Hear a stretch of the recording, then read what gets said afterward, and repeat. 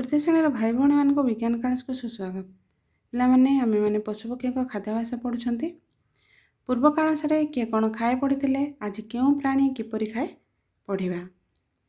तुम मैंने गाई देखिथिबो आउ गाई खाउथवा समय किपरि खाए ता मध्य जानिथिबो। तो चित्र देखिबा। तो गाई किपरि खाए, गाई पाकुली करी खाए। गाई भली आमर छेली मेंढा मईसी एमाने मध्य पाकुली करी खाई थांती। तो प्रथमे जानिबा पाकुली करिया कौन।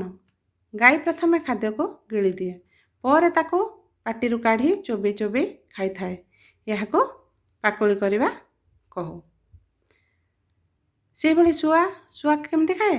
शुआ देख चित्र रे से किपरि खाउची थंटरे टिकी टिकी करी खाए। शुआ परी सारी मध्य तार थंटरे टिकी टिकी करी खाए।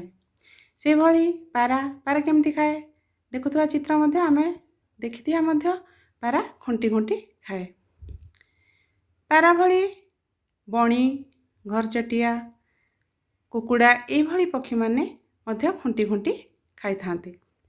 कुकुर कुकुर केमती खाए कुकुर चाकू चाकू करी खाए। कुकुर भली बिलुआ नेउल एमाने मध्य चाकू चाकू करी खाती। बिलेई बिलेई किपरि खाए बिलेई तार खाद्य को चाटी चाटी खाए देखिथिबो निश्चय। तो बिलेई परी ठेकुआ मध्य तार खाद्य को चाटी चाटी करी खाई थाए। मनीष अर्थात आमे माने किभली खाती चित्र देखि पारथुवा आमे माने एभली खाती ना। हाँ तो मनीष किभली खाए मनीष तार दांतरे चोबई चोबई खाई थाए। मनीष भली मांकड़ मांकड़ देखिछ तो मांकड़ सिंपाजी एमाने मध्य खाद्य को चोबई चोबई खाई थांती। तो आमे कौन जानले आमे माने जानले किछि पशु पाकुली करी खाती केतेक पक्षी खुंटी खुंटी खाती केतेक पशु चाकू चाकू करी खाती तो केतेक चाटी चाटी करी खाती।